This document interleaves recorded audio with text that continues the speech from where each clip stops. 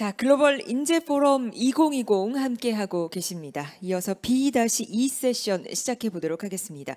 이번 세션의 주제는 포스트 팬데믹 시대의 인재와 조직 문화입니다. 참 모든 것들이 빠르게 변화하면서 지금은 모두 새로운 환경과 문화에 적응해 가고 있는 시기인 것 같은데요. 그동안 익숙하지 않았던 업무 형태, 또 커뮤니케이션, 또 디지털 역량 등 다양한 변화에 대응하기 위한 역할들에 대해서 고민을 하고 계실 것 같습니다. HR 부서의 역할 그리고 포스트 팬데믹 시대의 변화 사항에 대해서 함께 이야기 나눠보도록 하겠습니다. 발표에는 강승훈 LG경제연구원 연구위원님 그리고 최도옥 베타랩 대표님, 이승찬 NHN 인사지원실 이사님께서 함께해 주시겠고요. 진행으로는 박형철 머서코리아 대표 이사님께서 좌장으로 함께해 주시겠습니다. 단상에 나와 주셨는데요. 여러분 박수로 세션 시작하겠습니다. 네, 부탁드리겠습니다. 예, 안녕하십니까. 박형철입니다. 저는 글로벌 인사조직 컨설팅 펌 머서의 한국지사를 맡고 있습니다. 지난 수년간 국내 기업들 대상으로 인사조직 전략에 대해서 자문을 해주고 있는데요. 지금 그 어떤 시대보다도 향후의 인사조직은 어떻게 변할 것인가에 대해서 클라이언트들의 지대한 관심이 있는 것을 볼 수 있습니다. 특히 이번 코비드-19로 촉발된 변화가 과연 어떻게 그려질 것인가, 여기에 많은 기업들이 고민을 하고 있는 상황입니다. 그런데 이 고민에는 인사 제도의 변화나 또는 디지털 역량의 강화, 그리고 플랫폼형 조직 구조의 창출, 이런 것들도 있겠지만 무엇보다도 우리 구성원들의 가치관이 어떻게 변화될 것이고, 그 가치관의 변화에 따라서 과연 리더십과 구성원 간의 소통, 그리고 궁극적으로 조직 문화는 어떠한 방향으로 흘러갈지에 대해서 많은 고민이 있으실 것으로 압니다. 그래서 기술을 얘기할 때 이번 세션은 좀 사람을 얘기하는 세션이 되겠는데요. 여기에 관해서 세 분의 전문가를 모셨습니다. 특히 연구만 하신 게 아니라 실증적인 경험을 통해 가지고 여러분들께 여러분들의 궁금한 점을 해설해 줄 수 있는, 강연을 해드릴 수 있는 세 분을 모셨는데요. 첫 번째는 강승훈 LG경제연구원 연구위원이십니다. 강승훈 위원님께서는 LG경제연구원 연구위원으로서 인사조직 분야의 주로 컨설팅을 수행해 오시고 계시고요. 임원 인사나 조직 문화, 일하는 방식, 이러한 분야에 대한 굉장한 많은 연구를 해오고 계십니다. 강승훈 연구위원께서는 여러 저서도 있으신데 그 연구 결과를 바탕으로 오늘 코로나 이후의 일하는 방식과 리더십에 대해서 말씀을 드릴 예정입니다. 두 번째 모신 분은 포스트 팬데믹 시대의 리더십 키워드, 특히 자율성과 신뢰에 대해서 말씀해 주실 분인데요. 사실은 코비드-19로 인해서 정부의 규제나 사회적인 어떤 사람들의 압박, 이런 것들이 강해지고 있습니다. 이런 상황에서 어떻게 자율성을 다시 살려서 사람들의 성과를 향상시키고 올바른 조직 문화를 만들 것이냐, 여기에 대해서 실증적인 사례를 제시해 줄 것인데요. 최도욱 대표님께서는 스마트워크 디렉터이시고요. 그리고 국내 스마트워크가 도입되기 시작한 2010년 초반부터 스마트워크에 대한 실질적인 연구와 기업 프로젝트를 진행하신 굉장히 실질적인 전문가라 말씀드릴 수 있겠습니다. 그래서 최도욱 대표님을 통해서 어떤 인사이트를 알아보도록 하고요. 마지막으로는 이승찬 NHN 인사지원실 이사님을 모셨습니다. 이승찬 이사님께서는 인사관리를 전공하시고 대인코퍼레이션 인사팀을 시작으로 해서 기업의 인사 담당 업무를 주로 수행하셨는데요. 특히 게임이나 인터넷 같은 굉장히 성장하는 산업에서 인사관리 업무를 기획하시고 해오신 그런 경험이 많으신 분입니다. 이승찬 이사님의 또 인사이트를 들어보는 시간을 가지도록 하겠습니다. 이상 세 분을 모시고 오늘 여러분들과 함께 세션을 진행해 보도록 하겠습니다. 제가 먼저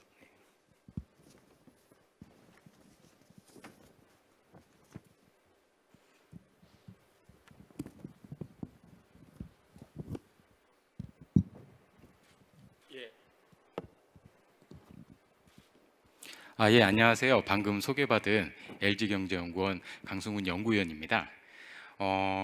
오늘 이제 여러분들하고 이렇게 좋은 자리에서 앞으로의 조직 문화, 일하는 방식에 대해서 좀 말씀을 나누고 싶은데, 먼저 저는 이 이야기로 한번 오늘 이야기를 시작하고 싶습니다.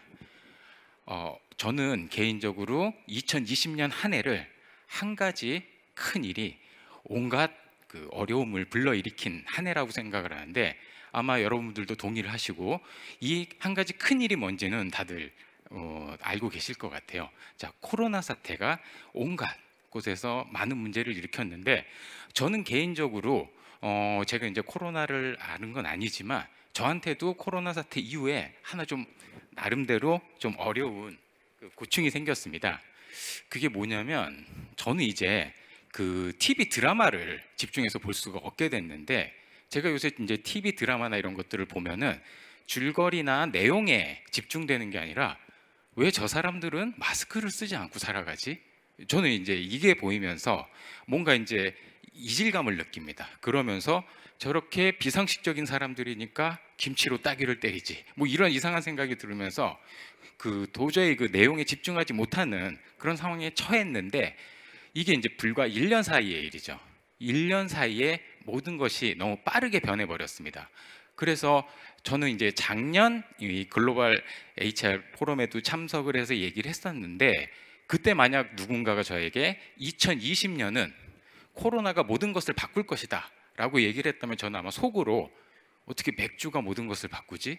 막 이렇게 생각을 했을 것 같아요. 우리가 전혀 예측도 못했고 새로운 상황이 벌어졌는데, 자, 이런 새로운 변화는 이제 우리가 일하고 있는 일터도 예외가 될 수는 없었습니다. 그래서 여기 보시면 아시겠지만 이미 90%에 가까운 기업들은 원격 근무나 재택 근무를 도입해서 시행하고 있습니다. 제가 주목하는 것은 이제 여러분 보시기에 오른쪽에 있는 72.3%라는 수치인데, 이렇게 재택근무나 원격근무를 해보니까 실제로 보면은 기존 방식의 생산성에 비해서 80% 이상의 생산성이 있다라는 응답을 한 기업이 70%가 넘습니다. 이 내용을 보면은 아마 이제 우리가 그런 생각을 할 수도 있어요. 재택근무, 원격근무 뭐 생각보다 괜찮네. 이 정도로 이제 생각을 하고 넘어갈 수도 있지만, 저는 이제 몇 가지 이제 의문이 떠올랐습니다. 이렇게 좋고 생산성도 떨어지지 않는 재택근무라면 대체 왜 우리는 이제까지 안 해왔던 걸까? 그리고 서울에 사는 직장인들을 대상으로 조사를 해보면은 하루 평균 그 통근 시간이 왕복 1시간 8분이라는 연구 결과가 있는데, 대체 우리는 1시간 8분을 대체 뭐를 했던 건가? 왜 집에서 일하지 않고 출근해서 일을 했던 건가? 그리고 재택근무를 하면서 분명히 못하게 된 일들이 있을 텐데, 그 일들의 정체는 대체 뭘까? 왜 우리는 그런 일들을 해왔던 것일까라는 그런 여러 가지 의문을 품게 됐고, 제 자신은 물론 다른 분들도 여기에 대해서 아주 명쾌한 해답을 내놓지는 못하는 것 같습니다. 제가 이런 질문을 던지면서 제 개인적으로 느낀 거는, 우리는 오랜 시간 일을 하면서 보내고 있지만 막상 일, 그리고 일의 생산성 자체에 대해서는 별로 아는 게 없는 게 아닌가라는 생각을 하게 됐습니다. 이건 저 혼자만의 생각은 아닙니다. 실제로 1999년에 이제 고인이 되신 피터 드러커는 그런 얘기를 했습니다. 지금 우리가 지식노동의 생산성에 대해서 알고 있는 내용은 지금부터 120년 전인 1900년에 우리가 과학적 관리법이 도입되기 이전에 육체노동의 생산성에 대해 알고 있는 정도 수준에 지나지 않는다. 즉 우리는 일을 잘 모른다. 특히 지식노동에 대해서는. 이 이야기를 피터 드러커도 이야기를 했는데, 저는 최근 20년 사이에 우리가 생산성에 대해서 엄청난 그런 지식 수준이 높아졌다고는 보지 않기 때문에 결국 이 명제는 아직도 유효하다라고 말씀을 드리고 싶습니다. 우리는 어쩌면은 일에 대해서 상당히 모르고 있을 수 있다. 자, 그리고 일반적으로 일을 잘 모르는 것뿐만 아니라 우리나라에는 또 특별한 문제가 있습니다. 코로나 사태로 연기가 됐지만 사실 올해는 올림픽이 있어야 될 해죠. 자, 이제 생산성을 가지고 몇 개국을 이렇게 놀아놓고 한번 올림픽을 해보고자 합니다. 슬로베니아, 터키, 슬로바키아, 뉴질랜드, 이스라엘, 체코, 리투아니아, 폴란드, 그리고 우리 대한민국. 자, 시간당 생산성, 즉 노동시간 1시간당 GDP 생산성을 기준으로 어느 나라가 제일 잘하는지를 한번 따져보면은 대한민국이 1등입니다. 단 뒤에서 1등입니다. 예. 좀 어떻게 보면 좀 창피한 결과라고 할 수 있는데, 그렇게 생각하시는 분들이 있을 수도 있을 것 같아요. 엄청나게 시간당 생산성이 높은 국가들만 뽑아놓은 게 아니냐. 그렇진 않습니다. 실제로 이 내용을 보면은 여기 속해 있는 이 OECD 국가들은 OECD 전체 평균에는 미치지 못하는 생산성 측면에서는 우등생보다는 열등반에 가까운 그런 나라들인데 그 중에서도 우리는 특히 낮은 편이라는 말씀입니다. 결국 우리는 일 자체를 잘 모르고 있을 뿐만 아니라 특히 우리나라는 더 모르고 있을 수 있다. 하지만 뭐 다들 아시겠지만 이 중에서 총 생산 규모 자체는 한국이 1위입니다. 그 얘기는 뒤집어 말하면 뭐냐면 우리가 생산성은 낮지만 그걸 오랜 노동 시간으로 이제 양 위주로 승부하고 있다는 얘기인데 저는 그 모델이 언제까지 가능할지 상당히 의문을 가지고 있습니다. 이런 상황에서 우리가 지금 던져야 되는 질문이 저는 있다고 봅니다. 저는 이제 최근에 우리가 그 일의 방식에 대한 논의를 함에 있어서 상당히 많은 무게 비중이 재택근무나 원격근무 같은 어디에서 일하느냐, 어떻게 보면 일의 형식에 상당히 옮겨가 있다는 생각이 듭니다. 물론 재택근무, 원격근무는 대단히 중요한 현안이고 우리가 더 이상 미룰 수 없는 과제이긴 합니다만 저는 그것을 논하기에 앞서서 우리의 논의 포인트가 일 자체의 내용에도 좀 많이 더 관심을 기울여야 한다고 봅니다. 좀 극단적으로 말하자면 저는 어디에서 일하는가는 음식을 담는 그릇에 지나지 않을 수도 있다라고 봅니다. 중요한 것은 그 그릇에 담겨 있는 음식이 일단은 첫 번째로 중요합니다. 이 아까 말씀드린 것처럼 우리가 생산성이 낮은 일을 계속하고 있다면 그것을 사무실에서 하건 집에서 하건 그건 그렇게 중요한 일이 아닙니다. 못 먹는 음식은 일회용 용기에 담겨 있어도 못 먹고 명품 사기 그릇에 담겨 있어도 못 먹는 것과 마찬가지죠. 그래서 저는 우리가 재택근무나 원격근무로의 전환, 일의 형식을 논하는 과정에서 한편으로는 우리 일의 내용, 어떻게 하면 보다 부가가치가 높은 일을 할 것인가에 대한 논의가 균형적으로 이루어져야 된다고 보고 그런 측면에서 일의 형식과 함께 특히 지식노동의 생산성에 대한 우리가 관심을 놓쳐서는 안 된다고 봅니다. 그것이 우리가 지금 가져야 되는 올바른 질문의 내용입니다. 자, 그럼 이런 그 질문에 답하기 위해서 첫 번째 우리의 필요한 거는 앞으로 그럼 우리의 조직 그리고 우리의 일하는 방식의 전반적인 문화가 어떻게 바뀔 것이냐를 생각을 해봐야 될 거고 그게 이제 이번 세션의 주제 중 하나인데 뭐 저는 이제 뒤에서 많은 분들이 자세히 말씀을 해주실 테니까 저는 이제 간략히 넘어가면은 일단 다 모여서 동시에 일하는 방식은 점점 퇴조할 것이고 언제 어디서나 일할 수 있는 방식으로 바뀔 겁니다.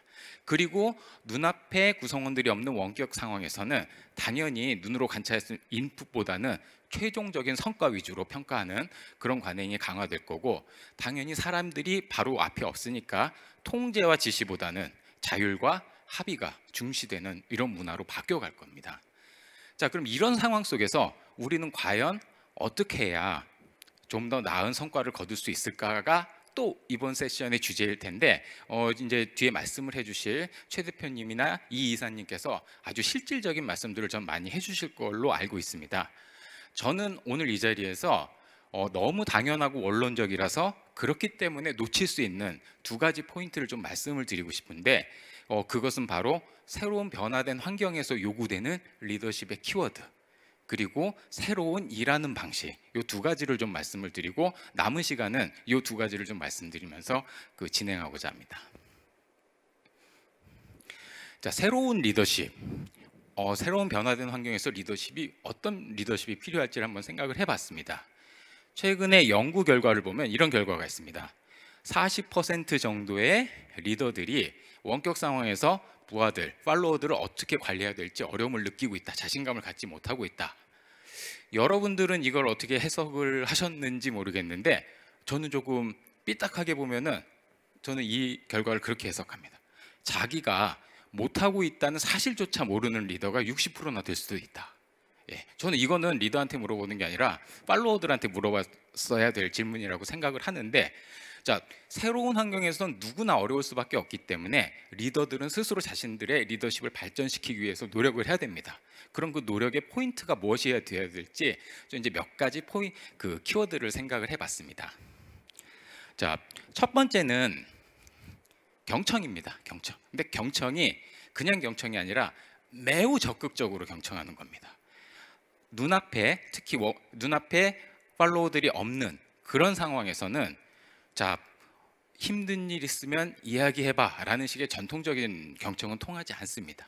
없는 사람을 어떻게든 알아내기 위해서 그 사람의 숨어있는 고충까지도 알아내기 위해서 리더들은 대단히 적극적인, 어떻게 보면 점을 치는 수준에 다다를 정도로 아주 적극적이고 그런 과감한 그런 경청이 필요합니다. 그게 이제 첫 번째가 될 거고요.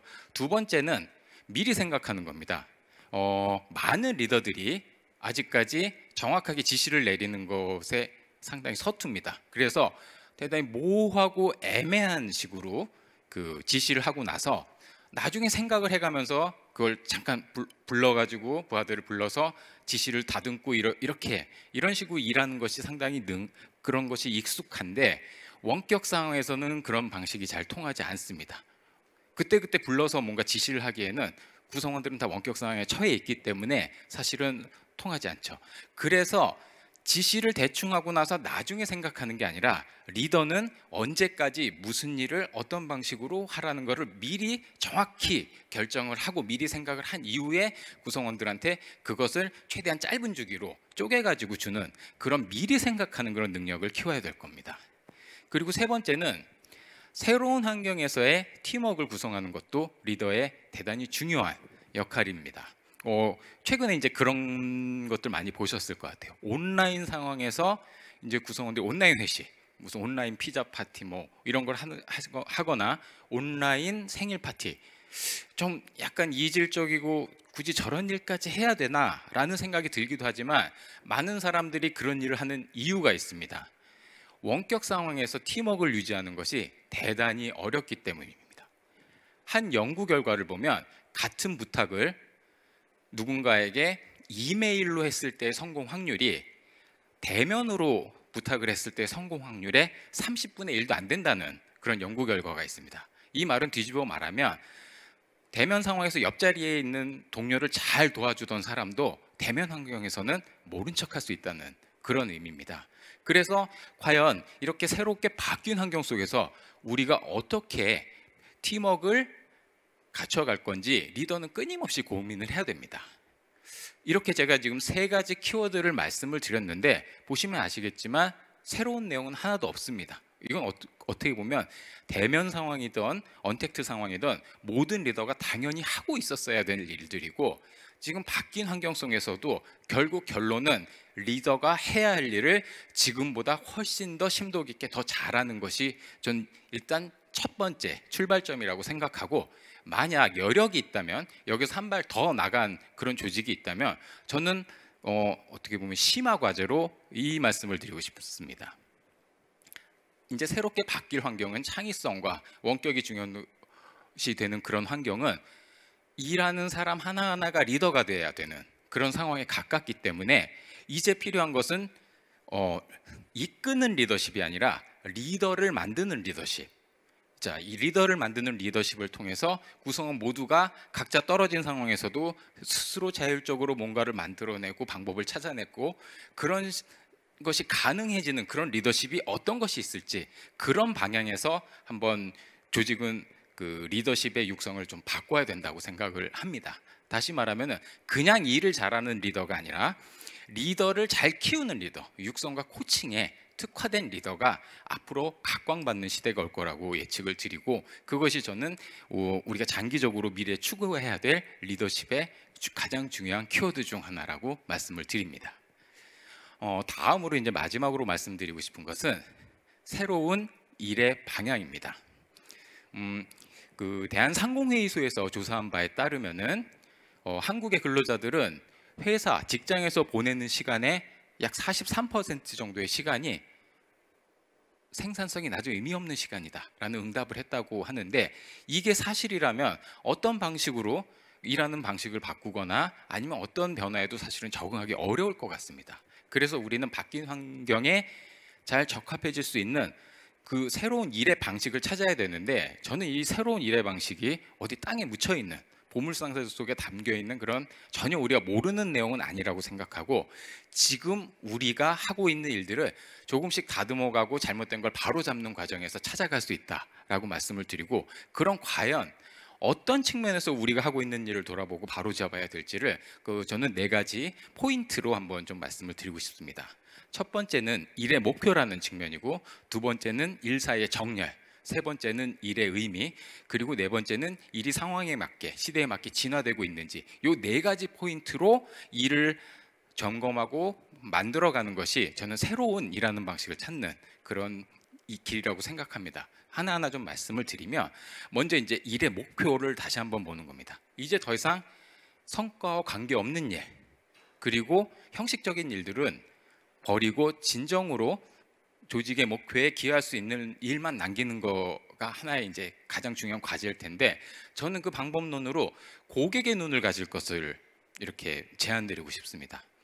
여기 계신 분들은 이제 HR 하시는 분들도 꽤 많이 계실 테니까 많이들 아시겠지만, 미국의 어도비사가 전통적인 상대평가 방식을 버리고 체크인 제도를 도입한 그 이유 중 하나는 상대평가에 소모되던 8만 시간, 연 8만 시간이라는 그런 시간이 사실 고객 입장에선 아무런 쓸모가 없는 시간이었기 때문입니다. 다시 말하면 고객의 관심을 가지는 것은 어도비사의 제품과 서비스지 그 구성원들이 평가를 뭘 받는지는 아닌데, 그럼에도 불구하고 내부 논리에 의해서 아주 많은 리더의 시간이 평가 작업에 소요되고 있었고, 그것이 불합리하다고 봤기 때문에 평가 제도를 바꿔야 된다라는 논의 자체도 상당히 힘을 얻었던 게 사실입니다. 이처럼 우리가 고객의 눈으로 우리의 조직과 일을 들여다보면은 해야 할 일을 안 하고 있는 일도 상당히 많을 것이고, 안 하고 있는 일을, 안 해야 될 일을 하고 있는 것도 저는 상당히 많을 거라 봅니다. 그래서 첫 번째 우리가 점검할 포인트는 고객이라는 최종 목적의 관점에서 우리 일을 돌아보는 게 되어야 된다고 말씀을 드립니다. 두 번째로 드리고 싶은 말씀은 바로 정렬입니다. 특히 원격 상황에서 떨어져서 일을 하다 보면은 나의 일과 동료의 일, 그리고 나의 목표와 조직의 목표가 동떨어지는 상황에서 움직이기가 쉬운데, 이것을 바로잡는 것도 대단히 중요한 새로운 일의 방식입니다.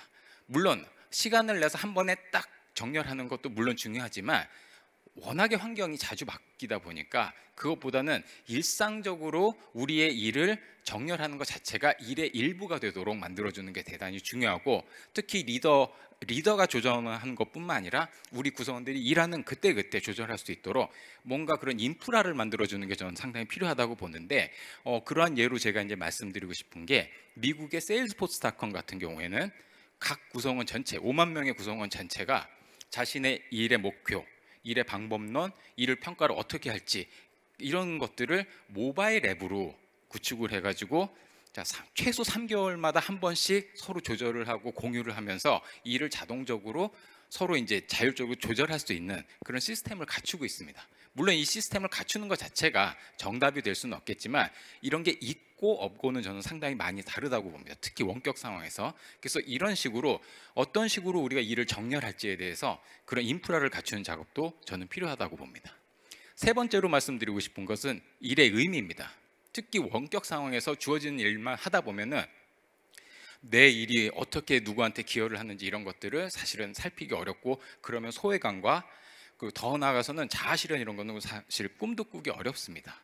이런 상황에서 필요한 거는 그럼 결국 일의 의미를 강화시켜주는 작업이 필요할 텐데, 다양한 방법이 있겠지만 저는 가장 중요한 걸로, 특히 분절된 상황에서는 일의 맥락에 대한 정보를 제공해 주는 게 대단히 중요하다고 봅니다. 이 일이 어떻게 조직 전체에 기여하고 이런 것들을 알려주는 것만으로도 이제 소속감과 의미를 느낄 수 있고, 더 나아가서 그렇다면 내일 이렇게 개선할 수 있지 않을까, 이런 아이디어를 불러일으킬 수 있다는 점에서 저는 일의 의미를 높이기 위해서 일의 맥락에 대한 정보를 충실히 제공하는, 우리 리더들은 사실 뭘 물어보는 걸 싫어하죠.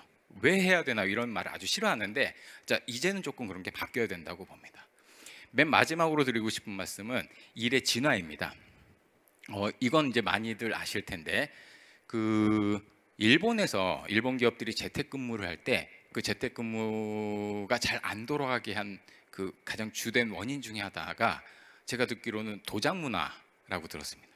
재택을 하지만 주요 결제 사항은 반드시 물리적으로 도장을 찍어야 되기 때문에 그게 잘 안 돌아갔다라는 그런 이야기를 제가 들었고, 그게 실제로 일본 정부의 주요 과제로, 지금 국정 과제로도 이제 도장 문화를 없애는 게 이제 등장을 했는데, 혹시 우리가 일하는 과정에도 그런 도장 같은 마치 이렇게 어떻게 보면 원신같이 일하는 그런 문화들이 없는지를 한번 살펴보고 그런 것들을 계속 점검하고 바꿔가는 이런 작업이 필요합니다.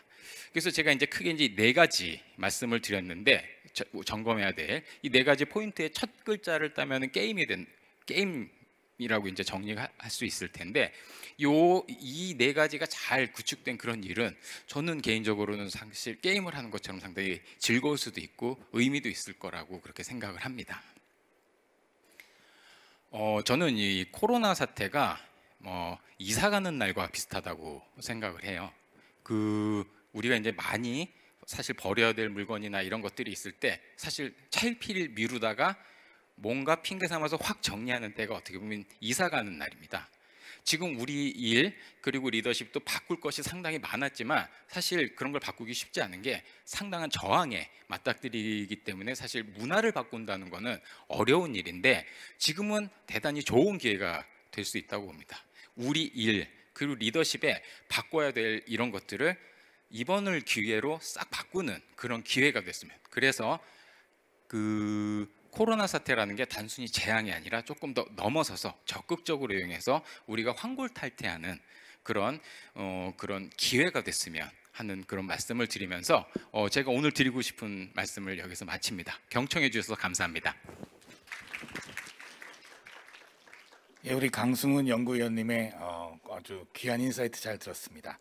특히 이 코로나 시대에 앞으로 리더십과 그리고 일하는 방식이 어떻게 변화해야 될지에 대해서 굉장히 중요한 프린시플을 말씀 주셨다고 생각합니다. 다음은 최두옥 베타랩 대표님께서 포스트 코비드 시대에 정말로 중요한 자율성과 신뢰에 대해서 말씀해 주시도록 하겠습니다.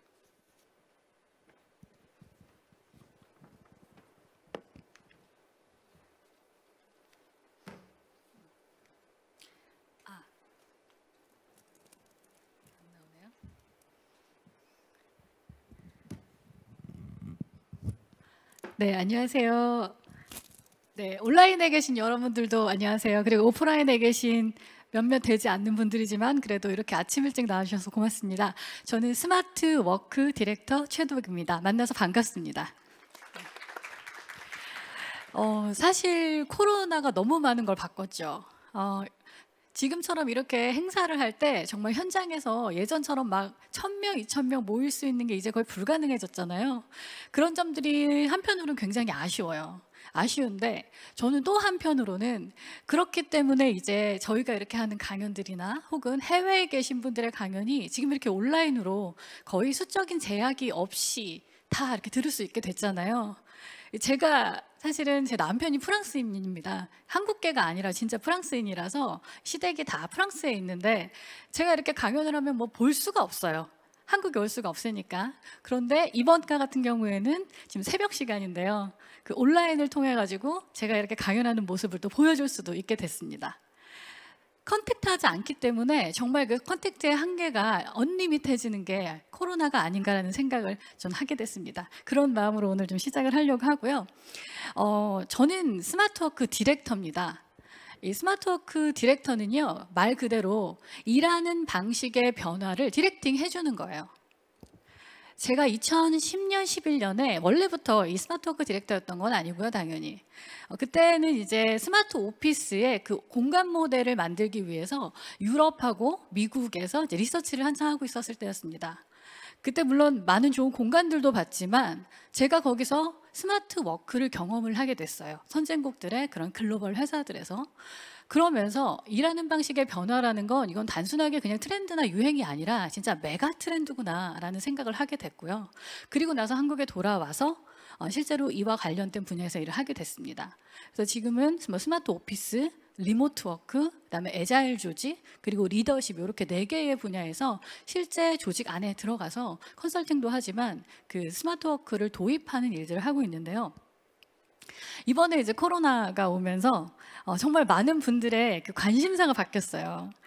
예전에는 어떻게 조직 문화를 바꾸고 싶냐라고 물으면 거의 그 대답은요, 뭐 창의적인 조직이 됐으면 좋겠다, 다양성을 좀 확보하고 싶다 이랬거든요. 근데 이제는 다 똑같습니다. 아니, 다 지금 집에서 일을 하는데 일을 제대로 하고 있는지 모르겠어요. 어떻게 해야지 좀 각자가 알아서 자율적으로 일할 수 있게 할 수 있을까요? 어떻게 해야지 이 조직들이 서로 좀 신뢰를 구축해서 좀 더 나은 일터를 만들 수 있을까요? 사실 이게 대부분의 지금 고민거리입니다. 그래서 오늘은요, 어떻게 우리 조직에 이 신뢰를 구축할 수 있는지에 대한 조금 실질적인 얘기들을 제가 해보려고 해요. 여러분들은 신뢰가 뭐라고 생각하십니까? 많은 분들이요, 신뢰가 마음가짐 혹은 애티튜드라고 생각을 해요. 그래서 조직 문화에서 이제 신뢰를 구축한다라고 하면 인사팀에서 멋진 포스터를 만들어서 여러분들의 동료들을 믿으세요, 뭐 혹은 이런 문구들을 많이 붙여놓습니다. 마음만 먹으면 될 수 있는 것처럼. 하지만 사실 신뢰의 본질은, 특히나 이 일터에서의 신뢰의 본질은 조금 요구하는 거리가 멉니다. 제가 예를 들어 볼게요. 여러분들 횡단보도에 지금 있는 그림처럼 한번 밤에 횡단보도 앞에 서 있다고 상상을 해보세요.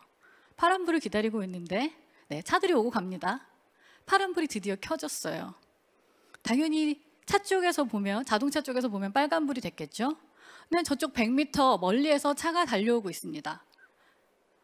여러분들은 이때 저 차가 대체 나를 치지 않을까 걱정하면서 차가 지나가길 기다리다가 건너시겠습니까? 아니면 파란불이 켜졌으니까 뭐 거리도 어느 정도 있고 그냥 건너시겠습니까? 당연히 후자죠. 모든 차들이 다 쓰는지를 확인한 다음에 건너는 사람은 없을 거예요. 왜냐하면 우리는 파란불이 켜지면, 혹은 반대로 차 쪽에 빨간불이 켜지면 차들이 선다는 걸 이미 경험을 여러 번 했기 때문에 그렇습니다. 쉽게 얘기하면 이 신호등이라는 시스템 자체에 신뢰가 있는 거죠. 어떻게? 그동안의 지속적인 경험을 했으니까. 제가 사실은 이 원리 때문에 중국에서 죽을 뻔했어요. 시간이 좀 되기는 했는데 한 10년 정도 전에 베이징에 이제 일이 있어서 갔는데, 그때 신호등 파란불이 켜져서 건너는데 정말 차에 치여 죽을 뻔했습니다. 저만 건너고 있더라고요. 거기는 또 다른 시스템이 있었던 거죠. 왜 이 얘기를 오늘 가지고 왔냐면, 사실은 신뢰라고 하는 게 어떤 마음의 결심, 애티튜드 이런 차원의 이야기뿐만이 아니라 사실은 우리가 얼마나 어떤 반복되는 경험들을 하게 돼서 그걸 믿게 되는가, 이 얘기라는 거죠. 조직도 비슷합니다. 실제로요, 저희가 이와 비슷한 어떤 사례들을 하나 좀 갖고 있는 게 있어서 공유를 하려고 해요. 제가 아까 하는 일 중에 하나가 스마트 오피스를 구축하는 거라고 말씀을 드렸잖아요.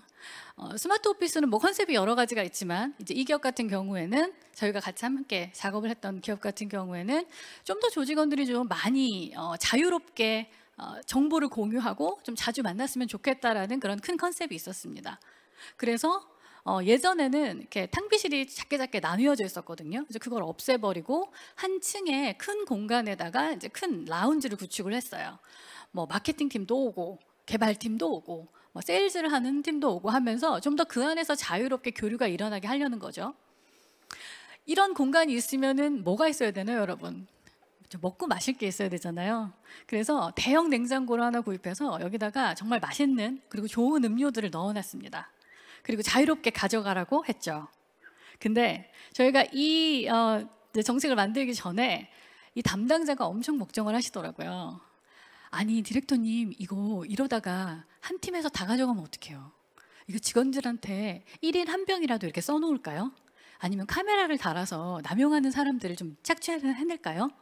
뭐 이런 여러 가지 얘기들이 있었어요. 또 어떤 분은 이거 부서마다 이 1일 할당량을 이렇게 나눠서 배포하면 어떨까요? 뭐 이런 얘기까지 하다 보니까 나중엔 어떻게 됐냐면, 어떤 몇 개, 한 부서마다 몇 개의 병을 나눠주는 게 공정하냐, 뭐 이런 얘기까지 하게 된 거예요. 근데 방향이 잘못됐죠. 그래서 그걸 다 눈치채고, 이미 일어나지 않은 일을 가지고 이렇게 룰을 만드는 거는 조금 낭비적일 수 있어요. 그래서 그렇게는 하지 않고 일단 한번 진행을 해보자고 했습니다. 자, 그랬더니 어땠을까요, 여러분?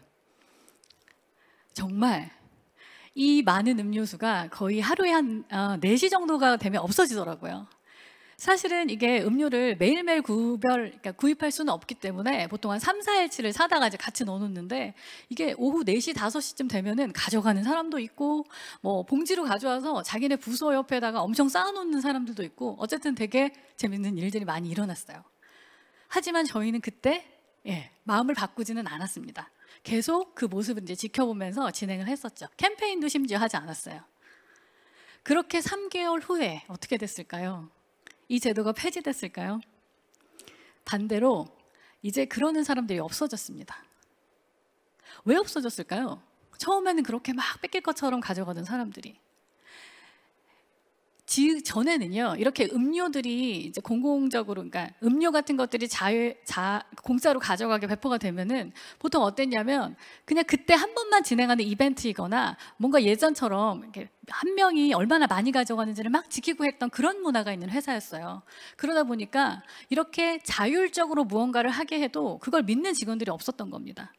그래서 이런 제도 나중에 그거 없어질 거야. 이거 일주일만 하고 말 거야 라고 하면서 자신들의 몫을 챙겼던 거죠.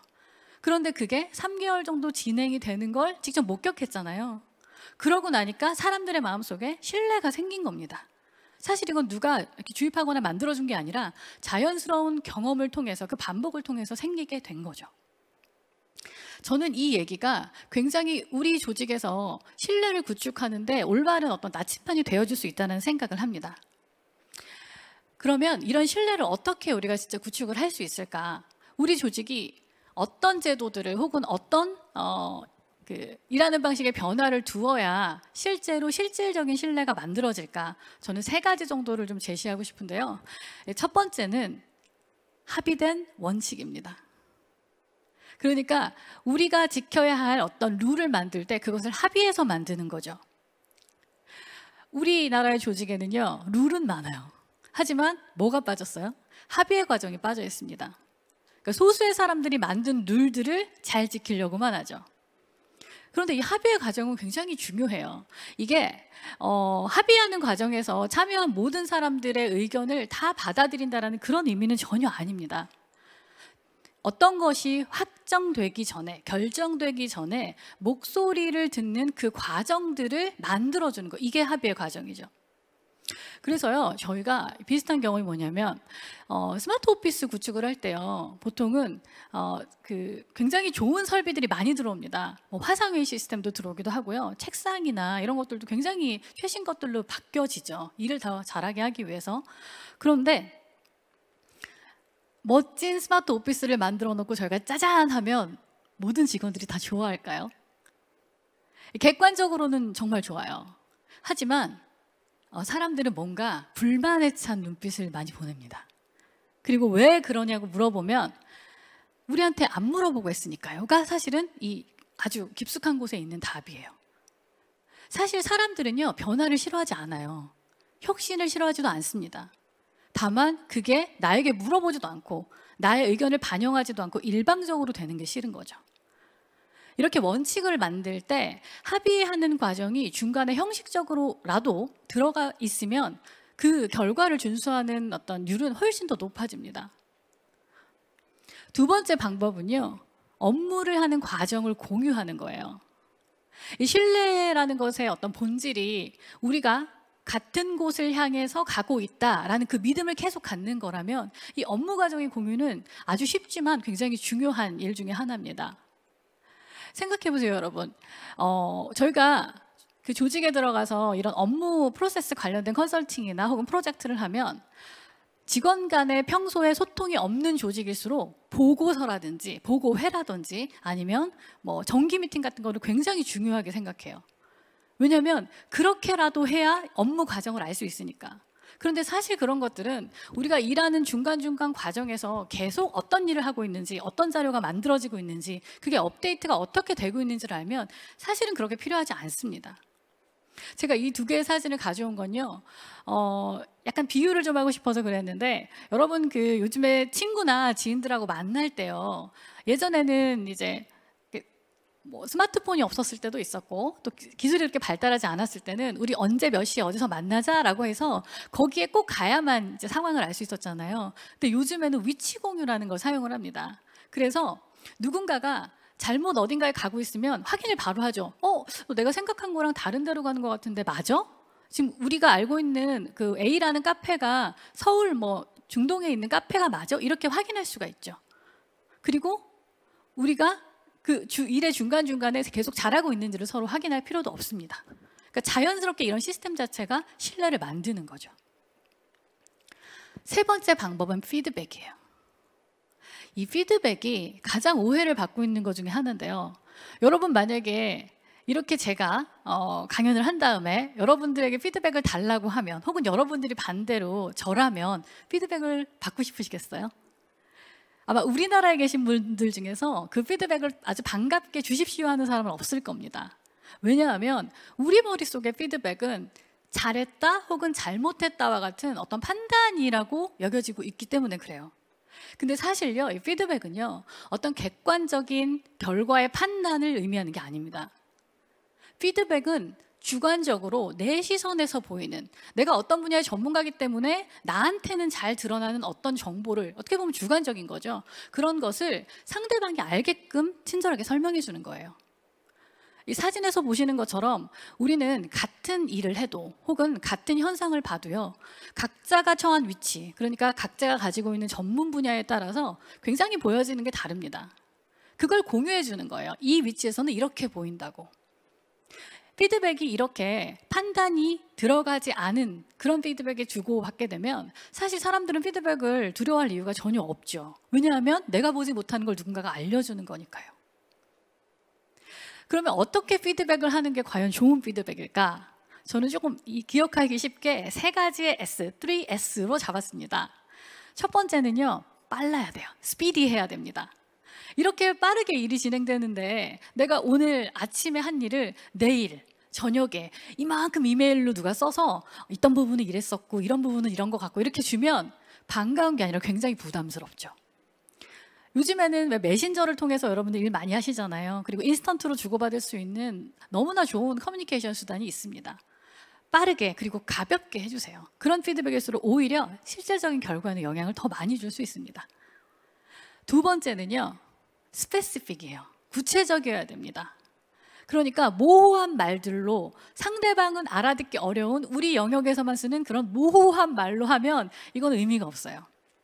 사실 구체적이라는 말은 길게 설명을 하라는 게 아니라 상대방이 알아들을 수 있을 만큼 쉽게, 그리고 예를 들어서 설명을 해주라는 겁니다. 사실은 친절하게 되는 거죠, 그렇게 되면. 마지막은요, specialized예요. 그러니까 전문적이어야 됩니다. 이게 잘난 척을 하라는 말이 아니고요, 누구나 볼 수 있는 하나마나한 얘기를 하는 건 사실 피드백이 아니라는 거예요. 예를 들면 뭐를 가져오든 언제나 예외는 있잖아요. 그런데 그게 적용되지 않을 경우도 많지 않나? 사실 이런 얘기는 해서 뭐합니까? 그건 모든 어떤 주제에 대해서 얘기를 해도 맞는 말이니까. 그러니까 이런 하나마나한 얘기가 아니라 나의 스페셜티를 반영하는, 그러니까 내가 여기에 있기 때문에 보이는 그 무언가를 전달해 줬을 때 그게 정말 의미 있는 피드백이 된다는 겁니다.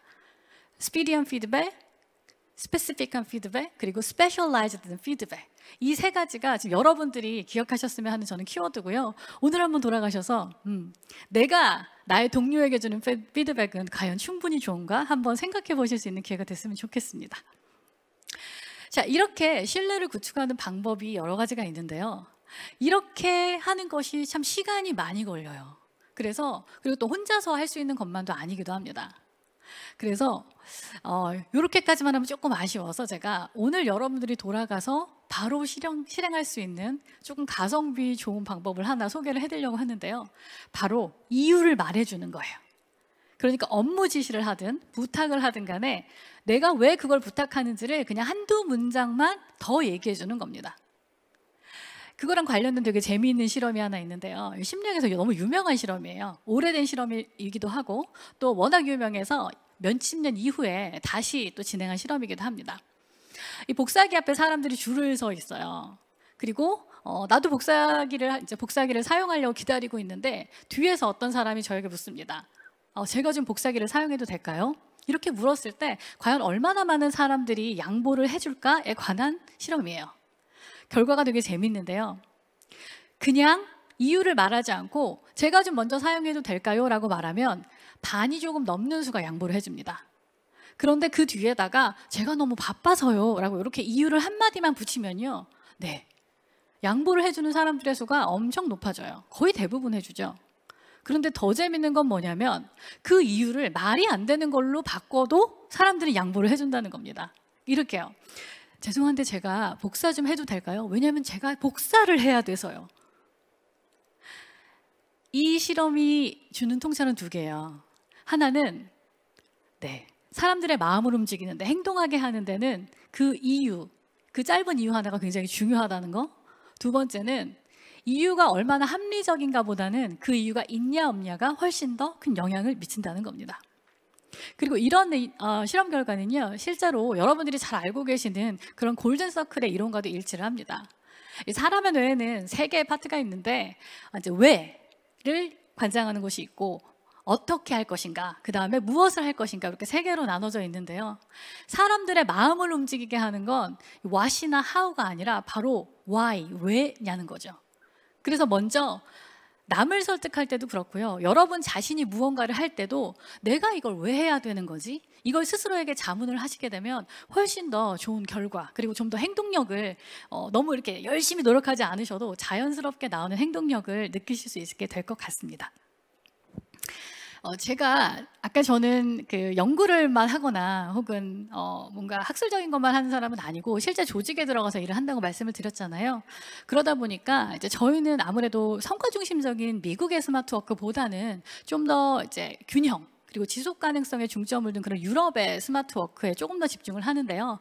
그래서 저희가 작년에 이 네덜란드에 있는 굉장히 큰 글로벌 은행 ABN 암로에 방문한 적이 있었습니다. 은행 굉장히 보수적인 곳이에요. 돈을 만지기 때문에. 그리고 그 중에서도 보수적인 글로벌 리스크 팀에 그 아주 오랫동안 일을 하셨던 리더를 만났어요. 그리고 그분에게 여쭤봤습니다. 시대가 이렇게 바뀌고 있는데 과연 이렇게 바뀌는 시대에 리더가 해야 되는 정말 중요한 게 있다면 뭐가 있을까? 그분이 저한테 주신 키워드는 2개였어요. 자율 그리고 신뢰. 자율은 사실은 사람들에게 마음껏 하라고 어떤 권한을 주는 게 아니고요. 개인들이 가지고 있는 그들만의 성취를 할 수 있는 어떤 특별함이 있거든요. 그러니까 자신만의 성과를 내는 방식이 누구에게나 있습니다. 원래 가지고 있는 그 자율성을 더 발현시킬 수 있도록 도와주는 것. 그리고 2번째는 신뢰. 신뢰는 신뢰를 가지라고 이렇게 부탁하거나 강요하는 것이 아니라 위에서부터 신뢰를 지속적으로 보여주는 것이라고 말을 했었죠. 그 자율성과 신뢰라는 게 코로나 전이든 후든 중요해진 건 저는 매한 가지인 것 같습니다. 오늘 이 얘기를 들으신 여러분들이 앞으로 조직 문화의 방향을 설정하실 때, 그리고 여러분들이 좋은 리더가 되기 위해서 무엇을 해야 하는지를 설정하실 때 그 2개의 중요한 키워드, 그리고 어떻게 그 2가지를 우리가 조직 안에 구축할 수 있는지 인사이트들이 저는 오늘 큰 도움이 됐으면 좋겠습니다. 고맙습니다. 예, 우리 기업의 혁신을 위해서, 조직 문화의 혁신을 위해서 자율과 신뢰가 얼마나 중요한지 역설해 주신 최두옥 대표님이 말씀 들었습니다. 다음에는 실제 NHN에서 혁신을 수행하면서 얼마나 신뢰가 중요한지를 몸소 경험하신 이승찬 이사님의 발표가 있도록 하겠습니다.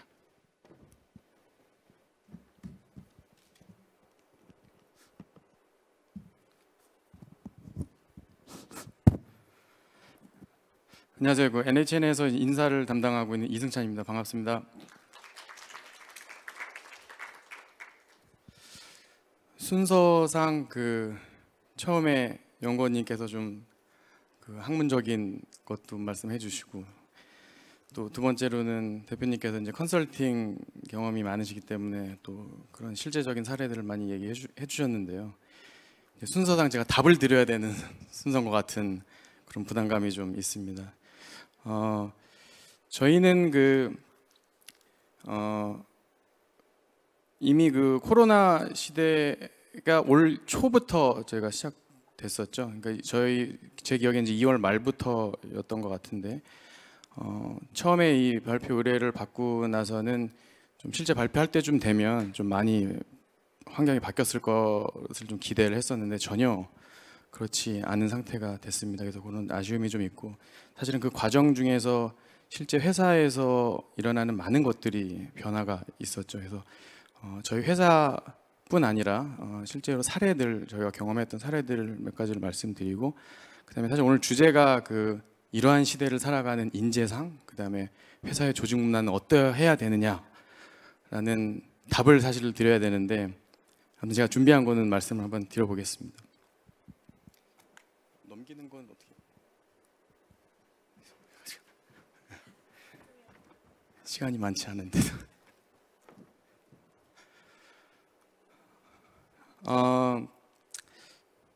사실은 그 주제에 대해서 저희가 그 이런 주제로 말씀을 좀 해달라고 전달 받은 다음에 회사를 좀 둘러봤어요. 그러니까 인재상, 조직 문화를 이야기하려면 우리 직원들이 어떤지를 좀 봐야 될 것 같아서 쭉 둘러봤는데 이 문구가 실제 저희 그 최고 경영진이 근무하시는 층에 있는 문구입니다. 너 자신을 믿어라, 나 자신을 믿어라라는 굉장히 단순한 얘기잖아요. 단순한 얘기인데 굉장히 회사에서 그 중요한 의사결정들을 할 때 내가 스스로 나에 대한 신뢰가 없으면 사실은 밀어붙이기가 어려운 그런 상황이 굉장히 많은데 최고 경영진들 입장에서는 이 문구를 보고 자신감을 갖고 뭔가를 적극적으로 추진해라, 이런 의미로 회사에서 설치를 했었습니다. 근데 또 어떻게 보면은 되게 잔인한 말일 수도 있을 것 같아요. 그러니까 회사 입장에서 이 글을 보는 높은 임원분들, 또 뭔가를 의사결정해야 되는 분들은 내가 당신에게 권한과 책임을 다 주었으니 알아서 잘 하세요, 이렇게 받아들일 수도 있을 것 같고요. 또 어떤 면에서는 우리 서로를 다 믿고 있으니까 열심히 한번 해봅시다, 이렇게 또 이해를 할 수도 있을 것 같습니다. 보통 조직 문화나 인재에 대해서 이야기할 때 아주 흔한 구분인데요. 세대 구분을 하고 있죠. 그러니까 정확히 또 몇 년생 이렇게 딱 선 긋듯이 하기는 좀 모호한 면이 있지만 대충 보면 60년대서부터 80년대까지는 흔히 얘기하는 X세대, 그다음에 Y세대, 그다음에 G세대, 그다음에 앞으로는 알파 세대라는 말로 저희가 구분을 하고 있고요. 사실은 그 Y세대나 G세대를 오면서 그 기업의 입장에서는 그 밀레니얼 세대라고 해서 또 이 밀레니얼 세대들을 어떻게 관리해야 되는지도 또 굉장히 큰 숙제로 그 유행처럼 되고 있었던 차에 언택트 세대들이 나왔습니다. 코로나로 인해서 나온 이 언택트 세대들을 사실은 그 각 세대들이 그 자신들이 경험했던 그 각자의 경험들이 다 다른 상태였었는데 지금은 이 모든 세대들이 동일한 걸 경험하고 있는 시대가 됐어요. 학생들은 집에서 수업을 받고 있고요. 회사원들도 출근을 안 하고 있는 경우들이 많이 있고 또 화상회의를 통해서 회의를 하고 있고요.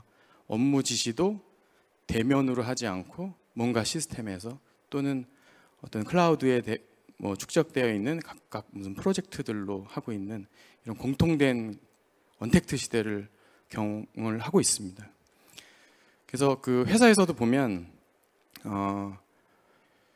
처음에 저희가 준비했었던 이런 시대를 우리가 어떻게 이겨내야 되는지에 대한 그런 고민들이 한 최근 1년 사이에 계속 바뀌고 있어요. 바뀌고 있고 각 세대들마다 기존에 경험했던 것들과 다른 그 새로운 경험들을 저희가 회사에 실무적으로 준비를 해서 적용을 하고 있습니다. 그래서 그런 것들을 제가 간단하게 회사에 대한 소개나 회사 제품에 대해서는 말씀을 하지 말라고 저희가 가이드를 받았지만 간단하게 말씀을 한번 드려볼게요. 이 데이터는 제가 한 10여 년 전에 그 직원들의 출퇴근 시간 이런 것들을 했던 데이터예요. 물론 이걸 관리의 목적이라기보다는 패턴이 어떠느냐에 저희가 좀 집중을 해서 보고 그럼 우리가 출퇴근 시간을 좀 유연하게 해야 되지 않을까 이런 내용들을 분석을 했던 자료였고요. 물론 당시 분석은 했지만 실제로 어떻게 적용을 막 할 수는 없었어요. 분위기 자체도 확신이 없었기 때문에 못했던 것들도 있고요. 근데 이제 이런 데이터들이 큰 의미가 없어졌죠. 지금 최소한 저희는 없어졌고요. 제가 알고 있는 주변의 많은 기업들이 이런 시간 관리 이런 거에 대한 것들이 많이 없어졌어요. 그래서 실무적으로 어떻게 이런 것들이 없어지고 새로운 방향으로 바뀌고 있는지에 대해서 제가 몇 가지 말씀을 한번 드려보겠습니다. 우선 시간 관리인데요. 이건 저희 사례이기도 하고 그 다음에 많은 기업들이 하고 있는 사례일 겁니다. 출퇴근 시간에 그 강제가 많이 없어졌죠. 저희는 이미 재작년부터 그 출퇴근 시간을 유연하게 하는 걸로 바꿨고요. 물론 이제 코어 타임이라고 해서 중간에 모두 다 모일 수 있는 그런 타임은 설정을 해놨었고, 또 실제로 그 이런 유연 근무제나 선택적 근무제를 하지 않는 많은 회사들도 사실 코로나 때문에 어쩔 수 없이 적용하셨던 분들도 꽤 많이 있는 걸로 알고 있어요. 그러니까 붐비는 시간에 출근을 조금 피해보자라고 해서 앞에 시간을 조금 더 뒤로 출근 시간을 밀어드리고, 또는 그 퇴근 시간에 또 역시 붐비는 퇴근 시간을 조금 피해보자, 그래서 조금 빠르게 퇴근하는 그런 유연 근무제를 도입을 해서 적용을 하고 있죠. 그래서 그 시간 관리에 대해서는 이런 유연성이 굉장히 필요한 그러한 시대가 된 것 같고요. 물론 어떤 산업에 속해 있는지, 또는 같은 회사 안에 있더라도 직무에 따라서 다를 수도 있어요. 저희도 이 근무제를 다 적용을 하고는 있지만 일부 직무에서는 또 충분히 본인들의 자율성을 100% 할 수 없는 그런 직무도 분명히 있고요.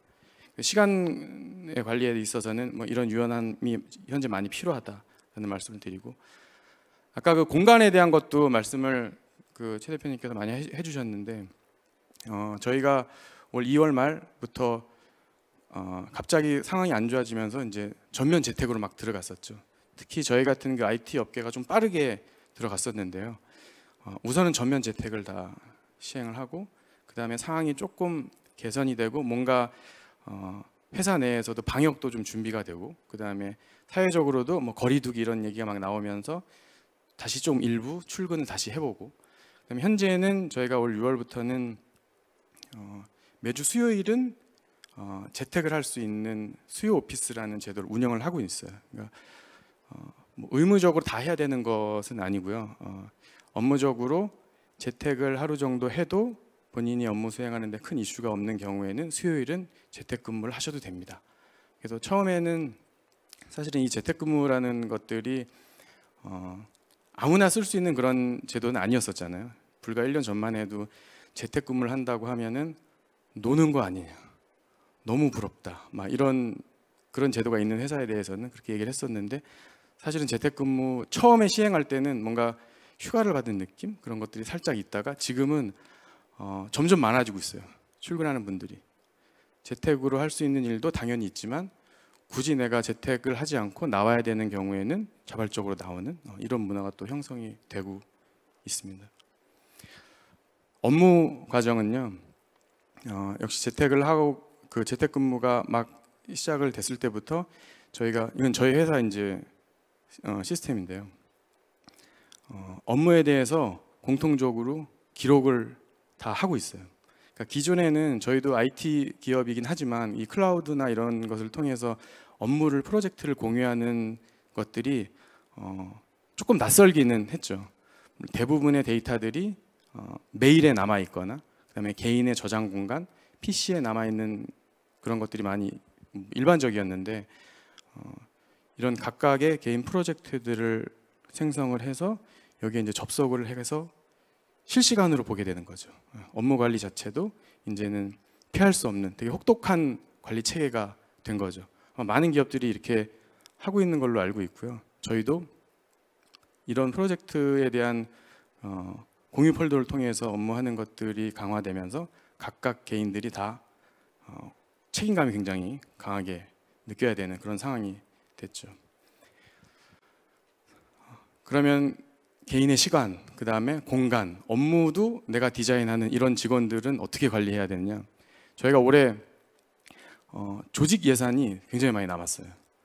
사실 조직 예산이라는 것은 실제 기업에서 회식을 하던, 또는 직원들의 마음 관리를 위해서 어느 정도 비용을 들이고 이제 사용하면서 마음 관리를 하자, 이런 차원으로 드리는 건데, 만날 수가 없는 상황이 돼버리니까 아까 그 연구원님께서도 말씀하셨지만 회식을 각자 뭐 하나씩 사가지고 만나서 하는 것도 실제 저희 회사에서 있었던 일이고, 그 다음에 팀장님이 커피 쿠폰 같은 거를 확 보내주는 그런 것들도 실제로 있었던 거고, 사실 이런 문화 자체가 실제 현장에서 이루어지고 있어요. 그래도 뭐 그 비용을 다 쓸 수는 없는 상황이긴 한데 어떻게 됐든 가장 저희가 초반에 말씀드렸던 그 밀레니얼 세대들이 가장 원하는 조직 문화, 저희는 옛날에 막 모여서 10명, 20명씩 모여서 회식도 하고 막 이런 것들이 되게 자연스러웠다면 그 친구들은 그 부류의 세대들은 별로 안 좋아했을 수도 있는데 지금 코로나 때문에 어떻게 보면은 가장 요즘 세대들이 원하는 형식의 그런 마음 관리가 진행이 되고 있습니다. 리더십 얘기는 너무 많이 앞에서 해주셔서 저는 간단히 하고 넘어가면요, 언택트 리더십 이런 게 또 살짝 유행을 했었죠. 그러니까 이런 시대에 어떤 리더십이 유행해야 되느냐. 어떤 그 블로그 같은 데를 보면은 어벤져스 얘기들도 막 나오고 그래요. 어벤져스 그 영웅들 보면은 그 누구 하나 리더다, 대장이다라고 하기가 조금 애매한, 그렇죠? 근데 캡틴 아메리카는 이름에 캡틴이 붙어서 대장인가 싶다가도 어떤 때는 되게 아이언맨이 확 나와서 뭔가를 주도할 때도 있고, 그죠? 그래서 지금 이 그 시대의 리더십이 어때야 되는지는 뭐 저 다 되게 깊이 있게 고민해보진 않았지만 각자 각자의 역할들을 하면서 상호 존중해주는, 좀 서로 믿어주는, 반면에 그 적으로 있는 타노스 쪽은 혼자 다 하잖아요, 그죠? 가깝게 개성이 없는 타노스 밑에 있는 그런 모든 부하들은 다 저게 무슨 곤충 모양의 인간 같은 그런 형태로 막 무조건 때려 부수기만 했던 그런 형태였던 것 같은데, 그래서 그 리더십에 대한 것들도 사실은 저도 아직 그 정확히 정의는 못 내리겠어요. 그러니까 회사에서도 지금 시대의 리더는 어때야 된다, 사실 답은 없는 것 같은데, 어떻게 됐든 뭔가 그 권한을 좀 더 주고 본인이 지시하려고 하지 않고, 왜냐하면 이미 시간, 공간, 프로세스들을 각자 다 디자인할 수 있는 자율권이 부여된 상태에서 우리 뭘 이렇게 하자 저렇게 하자라고 기존처럼 막 할 수 있는 상황은 또 아닌 게 된 것 같아요. 그래서 권한을 위임을 많이 해줄 수 있는 그런 리더십이 필요할 것 같고요. 그럼 이런 인재, 이런 문화에서 우리는 어떤 인재여야 되고 어떤 문화를 갖춰야 되느냐? 인사에서 흔히 그 구분하는 이런 표가 있죠. 그래서 개인으로 갈수록 보다 그 프로세스 관리를 많이 하는 걸로 되어 있죠. 그 다음에 조직 레벨로 갈수록 성과, 이익, 뭐 실적 이거에 대해서 기반해서 평가도 이런 식으로 돌아가야 되고요. 모든 기준들이 이렇게 바뀌게 되고 있습니다. 레벨에 따라서도 다를 수 있는데요. 주니어 레벨들은 그 인사하시는 분들이면 잘 아시겠지만 뭐 역량 평가라든가 성과 평가라든가 이런 것들을 이렇게 조합해서 비율로 조절을 하죠. 그래서 주니어 레벨들은 역량에 대한 것들을 더 많이 평가, 그러니까 역량과 과정에 대한 것들을 더 많이 평가하고, 또 시니어급 또는 조직 레벨로 볼륨이 커지거나 레벨이 올라갈수록 결과에 대한 평가들을 많이 하죠. 지금 어떤 인재가 필요하느냐, 제가 정리를 좀 해보려고 고민을 엄청 많이 하다가요, 인재 캐릭터인데 앞에서 보여드렸던 그런 흐름과 같습니다. 그러니까 현재의, 물론 정답은 아닌 것 같고요, 현재는 프로세스에 되게 오리엔티드된 평가가 됐던, 기준이 됐던, 그 다음에 어떻게 보면은 그 관계지향적인 사람이 되게 더 인정을 받았다라고 할 수 있고, 근데 앞으로는 얼굴도 안 보고 또는 화상으로만 보고 또는 메일로만 왔다 갔다 해도 되는 시대가 일러 극단적으로 더 온다면 결과 중심적으로 당연히 가겠죠. 그러니까 실무에서 보면 이런 그 직원분들이 굉장히 많아요. 뭐 많진 않지만 업무적으로는 굉장히 뛰어나고 일을 잘 해내시지만 관계지향적인 걸 좀 불편해하시는 분들이 계세요. 그러니까 뭐 본인의 일은 되게 잘하시는데 만나서 막 설명하거나 이런 거를 조금 꺼려하거나 또는 얘기를 하다 보면 익숙하지 않은 분들. 그래서 저희는 그 평가를 A, B, C, D 이렇게 안 하는데요. 아까 그 대표님 말씀하신 것처럼 리뷰 피드백을 해요. 그래서 이 사람은 어땠고 이렇게 쫙 이렇게 써주는 것들을 하는데, 굉장히 일 잘하는 그런 피드백을 받은 조직 그 직원들 중에서도 어떤 문구에 보면 뭐 예를 들어 친절하지가 않다, 뭐 커뮤니케이션 스킬이 떨어진다, 뭐 이런 피드백을 받는 분들도 꽤 계시단 말이에요.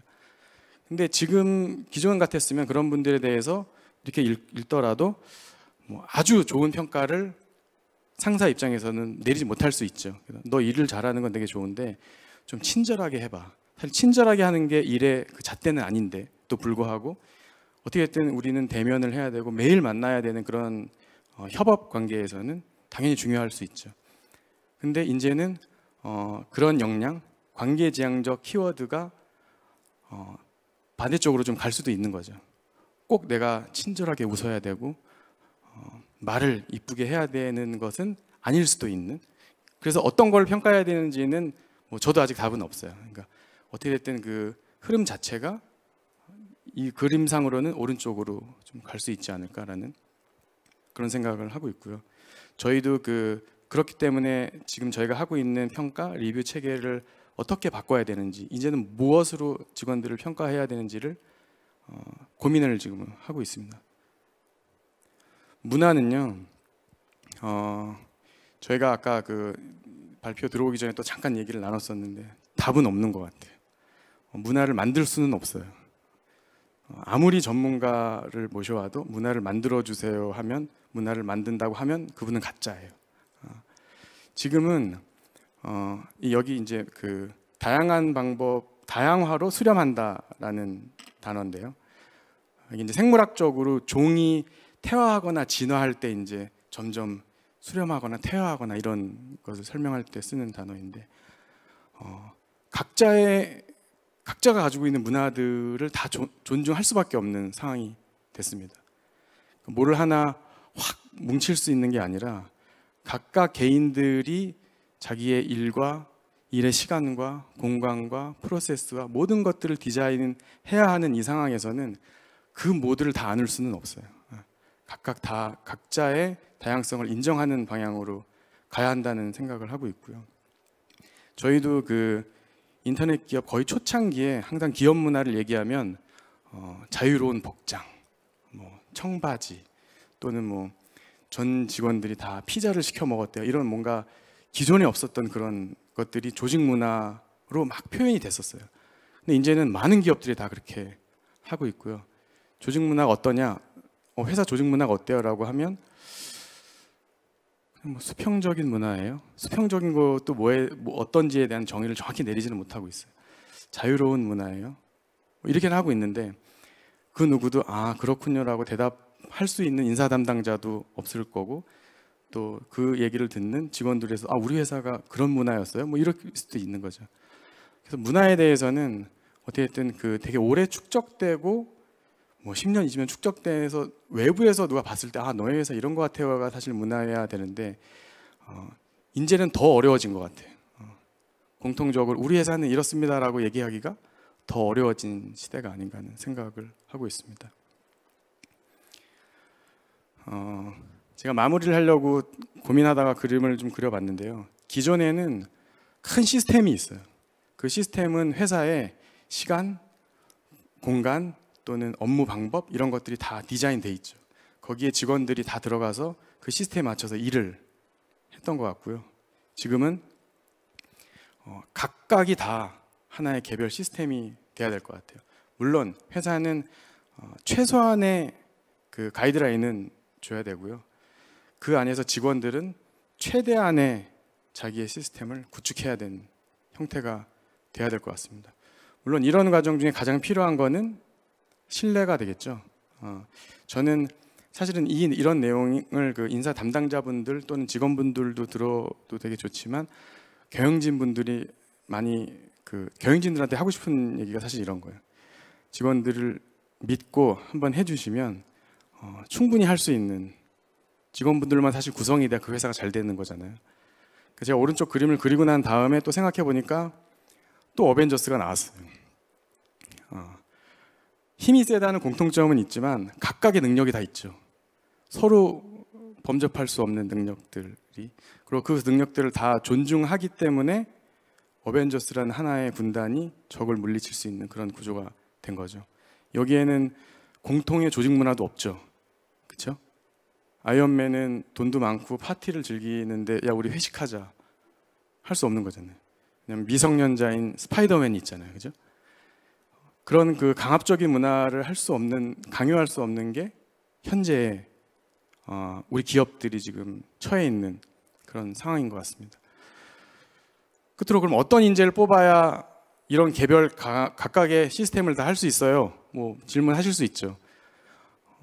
정확한 답은 저도 몰라서 올해는 못 드릴 것 같고 나중에 혹시 물으시면 저도 이제 고민을 더 해본 다음에 할 수 있을 것 같긴 한데요. 저희 애가 그 첫째가 이제 아이스하키를 하는데 아이스하키 그 우리나라 국가대표 감독이신 백지성 감독님이 다큐멘터리에서 제가 한 영상을 우연히 보고 딱 이거구나 싶었어요. 어떤 선수가 가장 필요합니까? 라고 하면 캐릭터라고 하더라고요.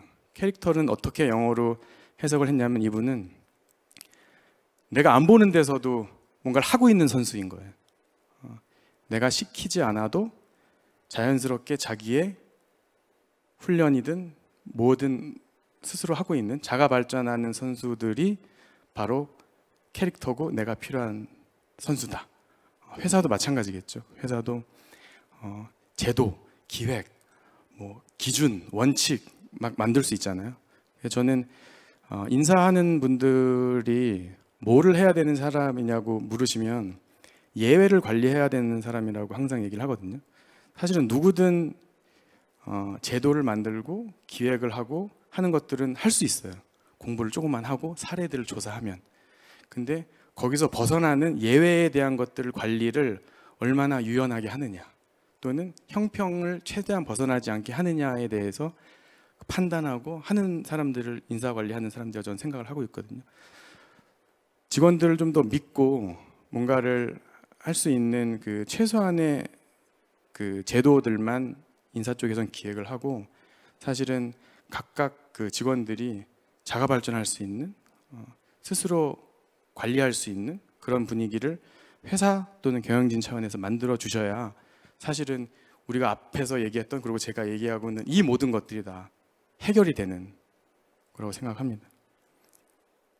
티가 많이 나나요? 제가 이거를 6월에서 9월로만 바꿨는데 서로를 믿어야 지금 될 수 있는 상황이에요. 물론 코로나도 벗어나야 되지만 그 상황에서 우리가 우리 회사를 더 돈 많이 벌고 큰 회사로 좋은 회사로 만들기 위해서는 어떻게든 서로 신뢰하는 그런 분위기가 빨리 정착이 되고 또 누구나 다 공감할 수 있는 그런 분위기가 돼야 된다고 생각합니다.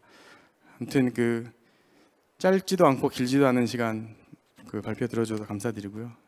앞으로 그 인사하는 분들 그 다음에 여기 오신 많은 분들이 코로나 시대를 건강하고 무탈하게 지내가시기를 진심으로 바라겠습니다. 고맙습니다.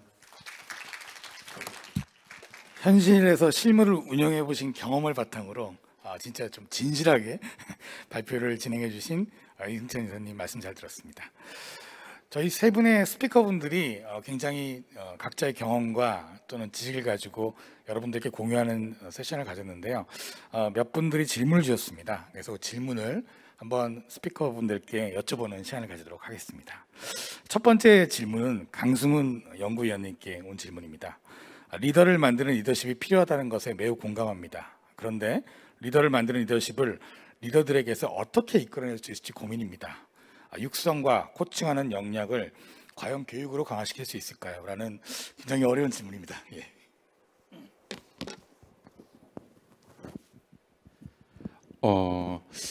육성과 코칭하는 역량을 어떻게 키울 것이냐. 근데 저는 이제 개인적으로 품고 있는 생각이 이제까지 이제 특히 이제 우리 한국 조직의 리더로 뽑히고 키워지는 과정이 이 사람이 어떻게 그 리더로서 코칭을 잘하고 육성을 잘하느냐 보다는 그 사람 자체가 얼마나 일을 잘하느냐.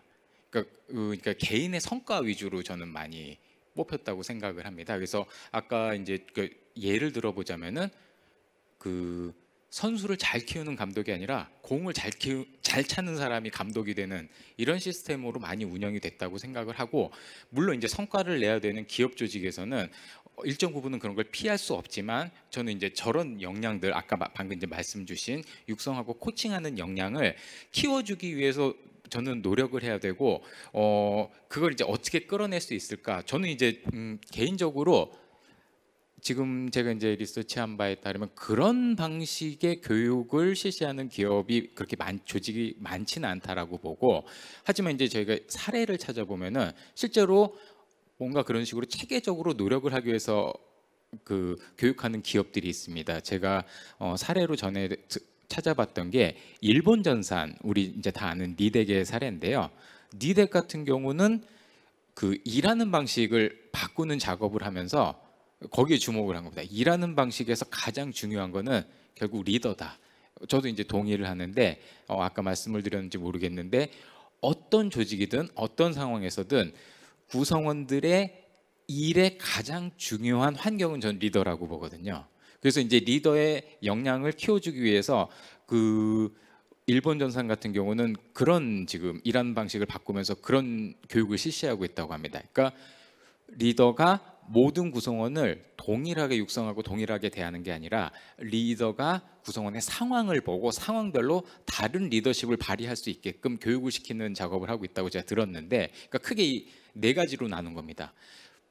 부하들, 팔로워들을 역량이 높냐 낮냐, 그리고 열의가 있냐 없냐에 따라서 이제 네 가지 사분면을 그리고 각각에 대해서 어떤 사람한테는 위임하고 어떤 사람한테는 지도를 하고 어떤 사람은 붙여서 뭔가 일을 하고 어떤 사람한테는 지원을 제공해 준다. 뭐 이런 식으로 이제 나눠서 대단히 기초적인 내용일 수도 있지만 사실 많은 우리 조직에서의 리더들이 그 정도 수준의 리더십 교육조차 받지 못한 게 저는 현실이라고 봅니다. 그래서 실제로 가장 중요한 거는 일단 제도적인 측면에서는 조직이 여기 이제 많은 분들이 HR을 하시는 분들이니까 익숙하신 말씀일 수도 있겠지만 사실 현업에서 그런 일을 하시는 분들은 전혀 이런 그 리더십이나 육성에 대해서 문외한일 수 있기 때문에 저는 그런 몇 가지 아주 기초적인 툴을 제공하는 것만으로도 그분들이 그 실제적으로 갖고 계셨을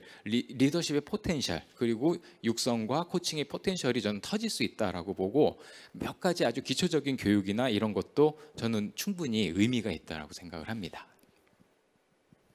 네, 충분한 답변이 됐으면 좋겠습니다. 다음 또 우리 그 최두옥 대표님께 온 질문입니다. 빠른 의사결정이 필요한 기업의 관리자들에게 아까 음료수 케이스 말씀하셨는데 뭔가 혁신을 도입하고 그게 도입될 때까지 오랜 기간 기다리는 게 굉장히 고통스럽고 길 것 같다. 과연 그러한 새로운 혁신이나 업무 방식을 도입할 때 얼마만큼의 시간을 기다리는 것이 과연 어떤 수용에 효과적일 수 있느냐, 또는 사람들이 야 이거 너무 길어서 실패하는 거 아니야 이런 두려움을 안 느낄 수 있느냐, 그런 뭐 실증적인 경험을 여쭤보는 질문입니다. 네. 정말 혁신을 하실 것 같아요. 이렇게 구체적으로 물어보시는 분들은 맞아요. 제일 어려운 게 기다리는 겁니다. 그 우리나라에서 이제 공부를 하신 분들이라면 다 영어 공부를 하셨잖아요. 학창 시절에. 그 지금도 더 중요해졌죠. 사실은 리모트 워크 뭐가 되면서 이제는 어느 회사 와도 일을 할 수가 있고 또 내가 한국에 있어도 외국하고 할 수 있으니까. 그래서 언어 공부를 많이 하시는데 언어 공부에서 제일 어려운 게 뭔지 아세요? 학습 곡선이 있잖아요. 그러니까 어느 정도가 될 때까지는 계속해서 내가 공부를 해야지 그때 되고, 이제 어느 정도 그게 쌓여야 이게 수면 위로 드러나는 거죠. 마치 물 속에서 이렇게 돌이 쌓이는 것처럼 마지막 뭔가 하나가 딱 쌓였을 때 이 수면 위로 드러나는데, 사실 그걸 견디지 못해서 중간에 포기하는 경우가 굉장히 많아요. 근데 이 스마트 워크도 비슷합니다. 어떤 새로운 제도들을 도입한다거나 혹은 환경을 바꿔줄 때 이 바꾸는 사람, 그러니까 즉 리드를 하는 사람의 입장에서는요, 이걸 얼마나 고민을 했겠어요. 실제로 그 조직에서 이제 우리 이거 합니다라고 하기 전에 뭐 길게는 1, 2년, 짧게도 6개월 정도는 엄청난 고민과 리서치를 하고 진행을 한단 말이에요. 그러다 보니까 이 진행하는 담당자의 머릿속에서 되게 오래돼 버린 거예요. 그래서 마치 이제 실행을 하면 금방 결과가 나올 것 같지만 받아들이는 이 직원들의 입장에서는 그때부터 시작이기 때문에 최소한 6개월 뭐 이렇게 걸려야 이제 그런 걸 하자는 거였구나, 이렇게 하면 되는 거였구나를 느끼기 시작하죠. 그래서 저희가 스마트 오피스 같은 경우에 만들잖아요. 그러면 처음에 3개월 동안은 사람들이 아, 이런 공간을 왜 이렇게 만들어 준 거구나. 아, 이러라고 있는 거구나. 그 학습을 하는데 만 3개월이 걸려요. 그래서 그 다음부터 활용을 하기 시작하는데 또한 3개월 정도가 걸려서 한 1년 정도가 지나야 진짜 이 제대로 잘 됐는지에 대한 피드백을 받을 수가 있거든요. 아마 저는 그런 부분을 얘기를 하신 것 같아요. 근데 그 과정이 알겠어. 굉장히 길고 지루하다는 건 알겠지만 이 어려운 걸 어떻게 해야 돼? 그리고 얼마나 걸릴까? 과연 얼마나 기대해야 될까? 이건데 사실 여기서 제가 수치로 말해드리면 거짓말이기는 해요. 왜냐하면 저희도 이 조직의 기존 문화가 어떠냐, 그리고 나아가고자 하는 기업의 그 문화 혹은 어떤 스마트워크의 방향 간의 갭이 어느 정도냐에 따라서 이건 정말 1, 2년의 시간이 걸릴 수도 있고요. 생각보다 빨리 되기도 합니다. 그래서 기존의 문화가 어떤지에 영향을 받기도 하고요. 두 번째는 조직 구성원들이 조금 젊으면 확실히 빨리 진행이 돼요. 그 요소도 되게 무시할 수가 없고, 세 번째는 이 조직마다 새로운 제도들이나 스마트워크를 할 때 구심점이 어디 있느냐가 조금 다르거든요. 보통은 이제 실무자들, 예를 들면 뭐 인사 담당자라든가 아니면 뭐 혁신과 관련된 부서의 부서장님이 이렇게 진행을 하시는 경우가 있죠. 그런 경우가 있고, 또 다른 경우는 이 경영자가 우리 지금 변하지 않으면 안 되겠다라는 생각을 해서 이렇게 단행을 하는 경우가 있습니다. 근데 이건 후자가 압도적으로 빨라요. 그러니까 즉 조직 안에 아무래도 위계가 없는 조직은 우리나라에는 많이 없으니까 그 조직 안의 위계 안에서 이 상위 의사결정자, 최고 의사결정자부터 시작해서 얼마나 위가 이걸 공감하고 그리고 믿고 있느냐, 지원하느냐에 따라서 이 전환에 걸리는 시간들이 사실 굉장히 많이 다릅니다. 위가 좀 단단하면 이 구성원들, 밑에 실무진들의 팔로잉은 생각보다 굉장히 빨라요. 그래서 이런 요소들을 고려해서 답을 드려야 되기 때문에 사실은 제가 이 질문하신 분의 회사가 어떤지를 좀 들어봐야 할 것 같고요. 뭐 어쨌든 간에 그래도 3개월 이상, 그리고 길면 한 2년까지도 걸리는데요. 그 기간들을 그러면 어떻게 하는 게 좋을까? 어떻게 하는 게 효과적일까? 조금 더 그 시간을 단축시킬까? 이런 질문을 저는 하실 수 있다고 봐요. 그거에 대해서 조금 팁을 드리면 혁신이나 변화에 보통은 결과를 공유해 주거든요. 그래서 우리 이렇게 해서 이렇게 됐어. 그리고 나서 뭐 사보에 올린다던가 아니면 홈페이지나 이제 내부 인트라넷에 올리는데, 사실 그것보다 더 중요한 건 과정입니다. 그러니까 우리 이거를 하려고 해부터 시작해서요. 이제 진행을 했는데 이런 어려움이 있어. 그 다음에 1차로 이렇게 해봤는데 참가자가 정말 없었어. 이런 중간의 과정들을 공유하면 그 공유 자체가 사람들로 하여금 학습을 하게 해요. 특히나 오피스 같은 것이나 아니면 리모트워크처럼 어떤 제도가 들어가고 물리적인 변화가 들어가는 경우에는요, 갑자기 이게 들어오면 굉장히 임팩트가 크거든요. 그래서 그 임팩트 때문에 사람들이 주저주저합니다. 그래서 이렇게 공유라는 과정을 통해서 진행 과정들을 요즘에는 온라인으로 굉장히 빠르게 공유할 수 있잖아요. 중간에 진행 과정을 공유하면 좀 더 그 걸리는 시간을 단축시킬 수 있다. 저는 이렇게 팁을 드리고 싶습니다. 네, 질문에 대한 답도 감사하고 또 팁까지 주셔서 감사합니다. 다음은 이승찬 이사님께 들어온 질문입니다. 직원의 다양성을 존중해야 함에도 현실의 조직장들은 본인의 성향에 따라 원하는 인재상이 다 따로 있을 것 같습니다. 회사가 지향하는 인재상과 그리고 실제 조직장이 원하는 인재상, 이 사이를 얼라인시킬 수 있는 방법은 무엇이 있을까요? 라는 질문입니다. 굉장히 구체적인 질문입니다. 너무 어려운 질문. 우선은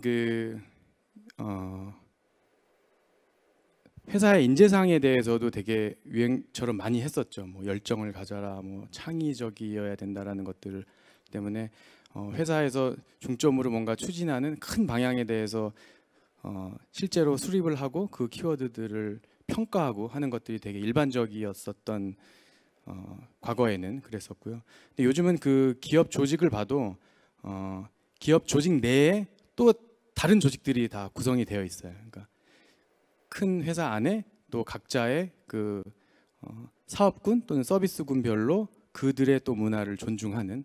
그래서 예를 들어 저희 회사 같은 경우에는 서비스별로, 그러니까 담당하는 그 임원, 총괄하는 분들 그 구조별로 평가할 수 있는 기준들을, 지표들을 각각 설정하게 해두었어요. 그러니까 회사의 전체 인재상도 당연히 있지만 그 담당하는 책임감 있는 그 임원이 원하는 그 인재상에 대해서도 평가를 할 수 있게 구성을 해놨거든요. 그래서 뭐 회사에서 전체적으로 우리 회사는 이런 인재가 필요해라고 뭔가 크게 천명을 하나 하고 나면 그 하위에서는 되게 다양한 것들로 구성은 할 수가 있어요. 그러니까 이 역시도 사실은 평가도 각 서비스별로 달라야 되고, 그다음에 투입되어 있는 그 직무 단위별로 또 달라야 되는 것들이 많기 때문에 만약에 회사에서 그 이러한 다양성들을 어떻게 구축해야 되느냐 하면 꼭 하나의 지표들, 기준만 가져갈 이유는 전혀 없는 것 같아요. 그래서 인사에서는 조금 더 괴로울 수는 있죠. 인사에서는 그 기준들을 다 운영해야 되니까 괴로울 수는 있지만, 사실은 더 길게 보면 모든 한 회사에 있는 모든 인재들이 같은 키워드와 같은 기준으로 평가받는 것 자체가 사실은 모순일 수 있잖아요. 그래서 각 회사에서 구분할 수 있는 서비스 단위나 조직 단위가 있으면 그 단위별로 평가 체계 또는 그 판단해야 되는 인재상, 키워드들을 역시 또 각자 디자인할 수 있게 그렇게 해주시면 아마 그들이 모여서 또 우리 회사 전체에 또 가장 예를 들어서 각 단위별로 공통적으로 중요하다고 나온 것들이 모이면 사실 우리 회사에서 가장 중요한 것들이 되는 거잖아요. 그런 식으로 해서 구성을 평가든 뭐든 구성을 할 수도 있을 것 같습니다. 네. 구체적인 질문에 대해서 또 답변을 잘 주신 것 같습니다. 기타 사실 뭐 시간상 모든 질문을 저희가 다 받을 수는 없지만, 또 나왔던 질문 중에 하나가 과연 포스트 코비드 시대에 성과 관리 특히 어떻게 그 방향이 변할 것이냐라는 질문이었던 것 같습니다. 이 부분은 뭐 제가 많은 기업을 컨설팅하기 때문에 사실 기업들이 지금 코로나가 오기 이전부터도 사실 관심이 그쪽에 많았는데, 코로나가 오면서 거기에 대한 어떤 파일럿 테스트가 가능해지면서 사실 좀 더 가속화돼서 성과 관리가 전환되고 있는 것 같습니다. 근데 많은 기업들이 사실 성과 관리를 근태 관리나 결과 관리로 생각했는데, 지금은 얼마나 개인의 성장을 유도하느냐, 그리고 과정을 얼마나 좀 더 가속화시키느냐, 이런 데에 초점을 맞추는 방향으로 전환시키고 있는 것은 분명히 맞는 것 같고요. 또 거기에 다행히 최고 경영진들, 모든 기업은 아니지만 관심도도 분명히 있는 것 같습니다.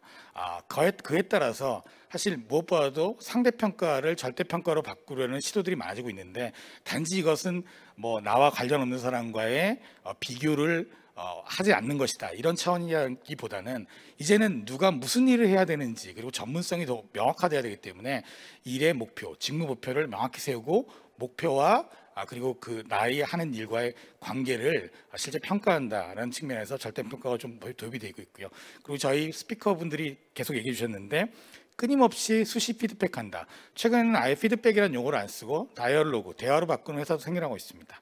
워낙 환경이 급변하고 있기 때문에, 그리고 사실은 내일 어떠한 대체제가 나타나서 우리 시장을 바꿔놓을지 모르기 때문에 끊임없이 서로 대화하고 피드백하는 것이 굉장히 중요하다라고 말씀드리고 그런 식으로 방향을 바뀌고 있고요. 그리고 사실은 성과가 잘 나오기 위해서는 무엇보다도 그 일과 그 사람과가 잘 맞아야 됩니다. 따라서 성과 관리 제도 이전에 일과 사람 간의 어떤 적합성, 피트니스를 보는데 많은 기업들이 많은 투자를 하고 있고, 이것을 인사부서나 리더가 관찰하는 것도 쉽지 않습니다. 그래서 내부에 일이 포스팅되고 거기에 지원하면서 내부의 인력 시장이 만들어 나가는 그런 과정들을 함으로써 일과 인재 간의 정합성을 높이는 회사도 굉장히 많아지고 있다. 이렇게 제가 정리를 하는 답변을 드리도록 하겠습니다. 오늘 어떻게 세 분의 전문가분들이 경험과 지식을 통해서 여러 가지 공유해 드렸는데요. 물론 이게 완전한 답은 되지 않을 겁니다. 그런데 이런 점들을 참고하셔서 여러분들의 업무나 아니면 여러분들의 연구에 활용하셨으면 좋겠고요. 사실 저희가 인사나 아니면 조직을 관리하지만 마케팅에 보면 혁신의 수용이라는 개념이 있습니다. 혁신의 수용, 즉 신제품 같은 것들을 소비자가 어떻게 수용하느냐, 관찰 가능해야 되고 시용 가능해야 되고 상대적으로 이점이 있어야 되고 전환 비용이 적어야 된다, 이렇게 얘기하고 있습니다. 사실 지금 코로나 사태에 많은 기업들이 얘기하고 있는 재택근무라든가 새로운 성과평가는 그 이전에도 얘기됐던 것들입니다. 그런데 이번 코로나 사태를 통해서 경험해보고 관찰 가능해보고 그리고 상대적으로 이점도 있는 것들이 많은 경우에서 밝혀지고 있습니다. 따라서 이 위기를 기회로 생각해서 앞으로 조직을 좀 더 혁신하시고 또 인재들의 역량을 향상시키는데 활용하셨으면 좋겠다라고 말씀드리면서 저희 세션을 마치도록 하겠습니다. 감사합니다. 네, 박수 부탁드리겠습니다. 네, 아울러 좌장으로 수고해 주신 대표 이사님께도 여러분 다시 한번 감사 인사 부탁드리겠습니다. 고맙습니다.